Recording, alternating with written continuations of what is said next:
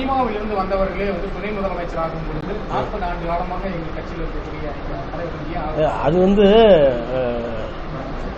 அந்த பேட்டியை நானும் பார்த்தேன். அதாவது விடுதலை சிறுத்தைகள் கட்சியினுடைய தலைவர் எழுச்சி தமிழர் திருமா அவர்களை அந்த மாவட்டத்துக்காரன் என்ற முறையில் கடந்த 40 ஆண்டுகளாக கல்லூரி காலத்திலே இருந்து அவரை நான் அறிவேன். மாணவ பருவத்திலேயே அவரோடு பல்வேறு மேடைகளை பகிர்ந்து கொண்டவன் என்ற முறையில் அவருடைய இடதுசாரி சிந்தனை இன்றைக்கு இந்தியா முழுக்க எதிரொலிக்கிறது என்பதில் நானும் திராவிட முன்னேற்ற கழகத்தின் சார்பில் எங்களுடைய முதலமைச்சர் அவர்களும் பெருமை கொள்ளுகிறவர்கள். இன்றைக்கு மதவாதத்தை ஒழிப்பதில், சமூக நீதியை காப்பதில் திராவிட முன்னேற்ற கழகத்தோடு தோள் கொடுக்கின்ற அரசியல் கட்சிகளில் ஒரு நல்ல இடத்திலே இருக்கின்ற கட்சியாக விடுதலை சிறுத்தைகள் கட்சி இருக்கிறது என்பதையும், அந்த இடதுசாரி சிந்தனையிலிருந்து சிறிதும் வலுவாமல் இருக்கின்ற ஒரு அரசியல் கட்சியினுடைய தலைவர் எழுச்சி தமிழர் திருமா என்பதிலேயும் எனக்கு, திராவிட முன்னேற்ற கழகத்திற்கு, எங்களுடைய தலைவருக்கு 2 விதமான கருத்து யாருக்கும் இருந்ததில்லை.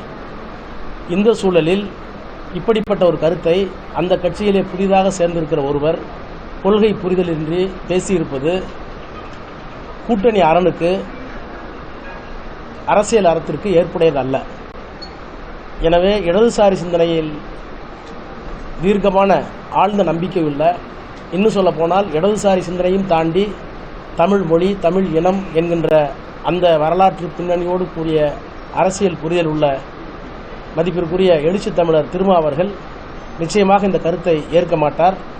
நிச்சயமாக இந்த கருத்துக்கு எதிரான நிலைப்பாட்டை அவர் எடுப்பார்.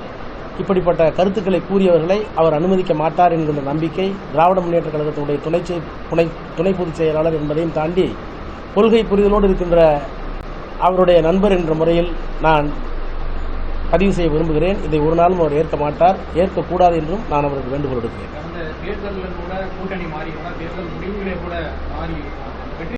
நான் சொல்லிட்டேன், போதுமான புரிதல் என்று புதிதாக இந்த இயக்கத்தில் இருக்கிற ஒருவர் கூறியிருக்கிறார். அதனால அது திருமாவ அவர்களை அவருடைய ஒப்புதலோடு பேசியிருக்க மாட்டார் என்பது என்னுடைய எண்ணம், என்னுடைய துணிவு. நான் மீண்டும் சொல்லுகிறேன், பகுத்தறிவு, சமூக நீதி கொள்கை, மதச்சார்பின்மைக்கு எதிரான கொள்கை, இன்னும் சொல்ல போனால் தலித் அரசியலை முன்னெடுத்திருக்கின்ற தலைவர்களிலேயே இந்தியாவில் அரசியல் சட்டத்தை காப்போம், சனாதன தர்மத்திற்கு எதிரான கொள்கையை வலியுறுத்துவோம் என்று முழங்குகின்ற ஒரே தலைவராக இன்றைக்கு திருமா அவர்கள் இருக்கிறார். அவர் இந்த கருத்துக்களை ஏற்றுக்கொள்ள மாட்டார் என்று நான் நம்புகிறேன். அவர் உரிய நடவடிக்கைகளை மேற்கொள்வார் என்கின்ற நம்பிக்கை எனக்கும் இருக்கிறது, திராவிட முன்னேற்ற கழகத்திலும் இருக்கிறது. கலைஞர் பாஜகவோட கூட்டணி வைத்தபோது குறைந்தபட்ச செயல் திட்டத்தை அந்த மாதிரியான ஒரு சூழல் வரணும் அப்படின்னு சொல்லி குறைந்தபட்ச செயல் திட்டமா? அதுங்க அது நகைப்புக்குரிய ஒன்று.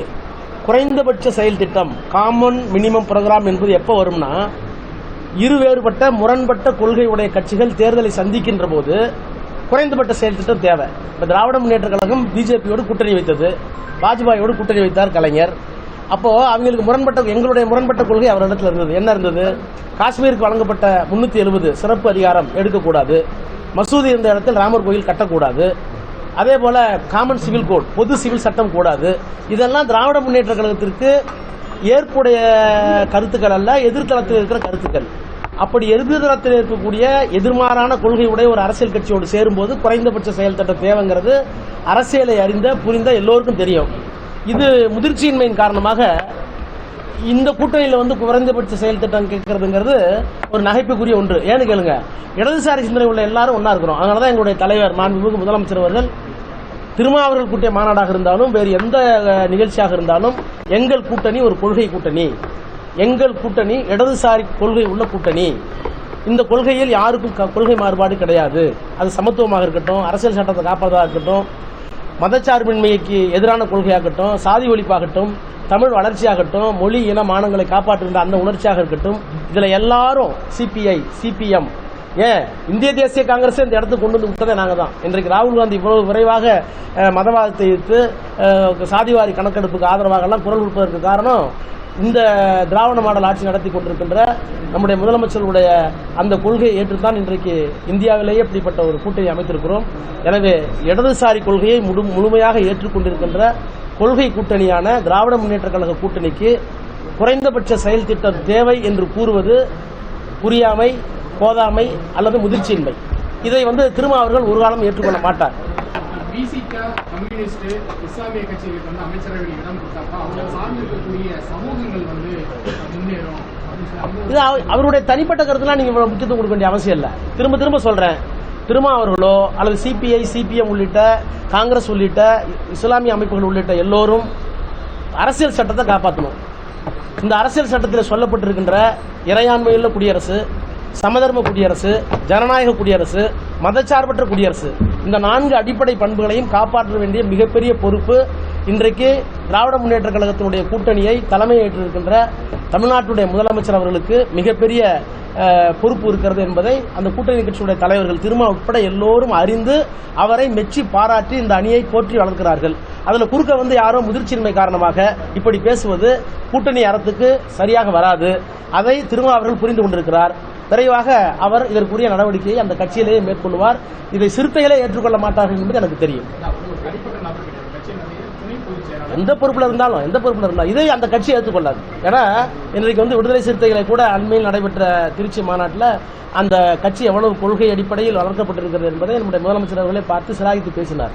எனவே இந்த மாதிரியான குழப்பத்தை விளைவிக்கின்ற பாரதிய ஜனதா கட்சிக்கு துணை போகின்ற அல்லது துணை போகிறார்களோ, ஒரு குறுக்கு அரசியல் செய்கிறார்களோ, மதவாத அரசியலுக்கு தெரிந்தும் தெரியாமல் விலை போகிறார்களோ என்று எண்ணக்கூடிய அளவுக்கு ஒரு கருத்தை சொல்லுவதை எழுச்சி தமிழர் திருமா அவர்கள் ஏற்க மாட்டார். விரைவில் நடவடிக்கை எடுப்பார் என்ற நம்பிக்கை எனக்கு தனிப்பட்ட முறையிலும் இருக்கிறது. திராவிட முன்னேற்ற கழகத்தினுடைய துணை பொதுச் செயலாளர் என்கின்ற அந்த நிலையும் இருக்கிறது.